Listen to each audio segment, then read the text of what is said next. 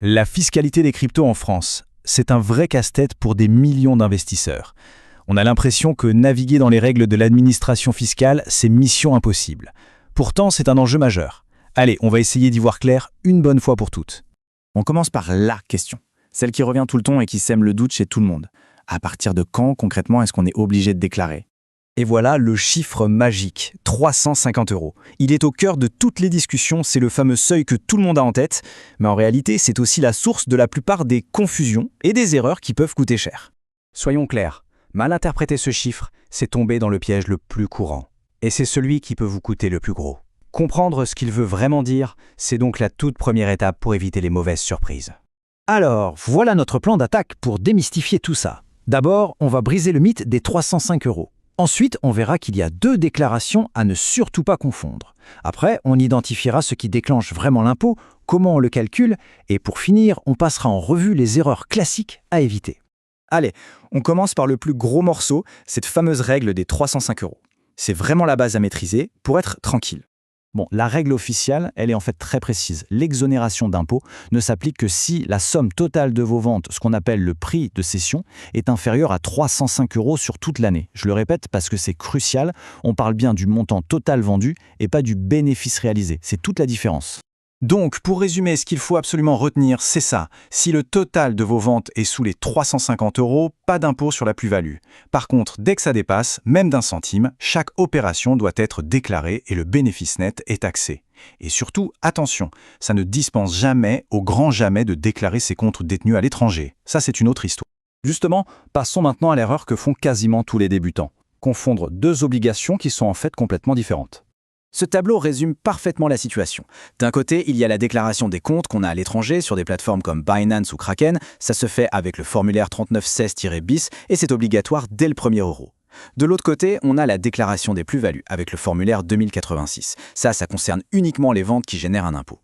2 logiques, 2 formulaires et surtout 2 risques qui n'ont rien à voir. Bon, savoir quoi déclarer, c'est une chose. Mais la question suivante, c'est à quel moment exactement l'impôt est-il déclenché ? C'est quoi le fait générateur ? Alors dans le jargon fiscal, ça s'appelle une cession à titre onéreux. Mais pour faire simple, ça veut juste dire sortir de l'écosystème crypto. C'est l'action de convertir ces cryptos en monnaie réelle comme l'euro, ou de les utiliser pour acheter un bien ou un service. C'est ça, et uniquement ça, qui déclenche la taxation. Et là, ce tableau est super intéressant parce qu'il montre bien la frontière. On voit que passer de crypto à euro, c'est imposable. Acheter un bien avec, c'est imposable. Par contre, échanger une crypto contre une autre, même un stablecoin, ça ne l'est pas. Pourquoi ? Parce que, du point de vue du fisc, on est resté à l'intérieur de l'écosystème crypto.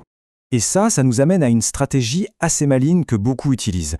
Convertir un actif volatile, comme le Bitcoin, en un stablecoin, ça permet de sécuriser ses profits sans déclencher tout de suite l'impôt. En gros, on reporte l'imposition au moment où on convertira vraiment ce stablecoin en euros. Ok, maintenant, on s'attaque à la partie qui donne souvent des maux de tête, le calcul. Comment est-ce qu'on calcule la plus-value et surtout, à quel taux est-ce qu'elle est taxée ? Alors, la France utilise une méthode qui s'appelle le PRMP, pour prix de revient moyen pondéré. C'est un peu barbare, mais l'idée c'est ça. Imaginez que toutes vos cryptos sont dans un seul et même grand sac.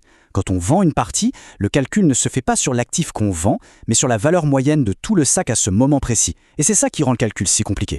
Et pour vous donner une idée de la complexité du truc, l'auteur de l'article source nous partage son expérience. Il dit « J'ai personnellement essayé de faire cela sur un tableau Excel, j'ai abandonné après 3 nuits blanches. Je crois que ça résume bien la situation. » C'est exactement pour cette raison que des outils spécialisés comme Waltio ou CoinPanda existent.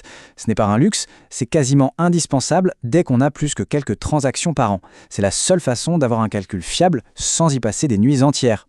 Une fois que le gain est calculé, il y a 2 options. La première, c'est la simplicité. La flat tax, un prélèvement forfaitaire unique de 30%. Mais attention, il y a une deuxième option, le barème progressif. Et celle-ci peut être beaucoup plus intéressante, surtout pour les revenus plus modestes, avec un taux qui peut démarrer à 17,2%.